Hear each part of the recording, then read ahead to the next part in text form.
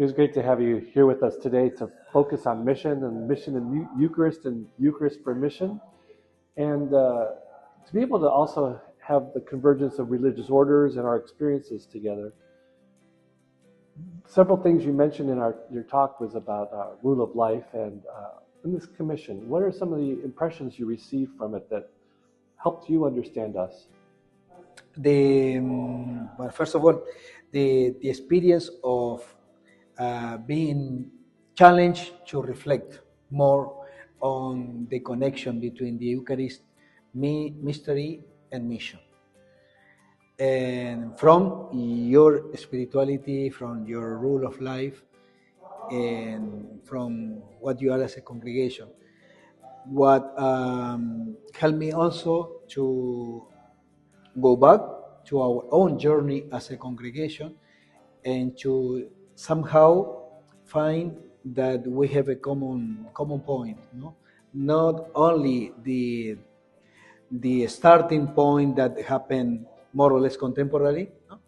But the horizon in mission that makes us grow with our own spiritualities, with our own perspective and option, but in a common mission in the church. Your community, religious community, and our religious community were founded around the same time. Similar charisms as far as bringing things to the world, evangelizing. Yeah. What were some of the things that really struck you about AMARD and our rule of life, especially the numbers you highlighted?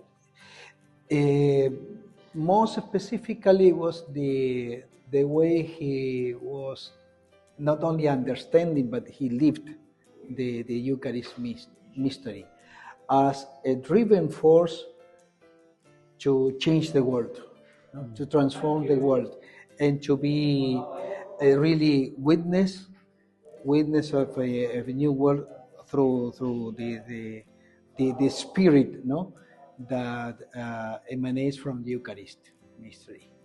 And so, based on the 19th century models and today, what do you think is the future thrust that we can gain from today's experiences, especially from the challenges you give us for our future?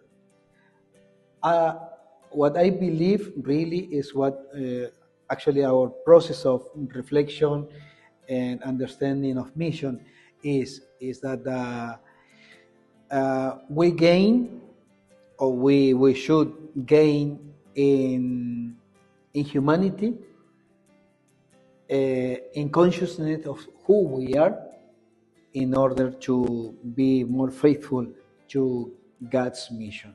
What I mean by this is the more fragile and the more human we are, the more available we are for the mission, and the better witnessing we give to God's mission.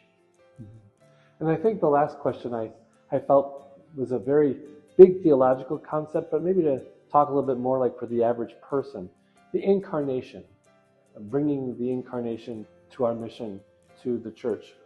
What is something that you feel is a kind of a concrete way for the average person of the aggregation or the average religious of the Blessed Sacrament would be able to incarnate this today, incarnate the Eucharist? It's like making ourselves understand ourselves as a gift for others. So whatever we have received, we receive from God, and that is for everybody. It's for the whole humanity in creation. So we offer that in thanksgiving to God for that. And that thanksgiving becomes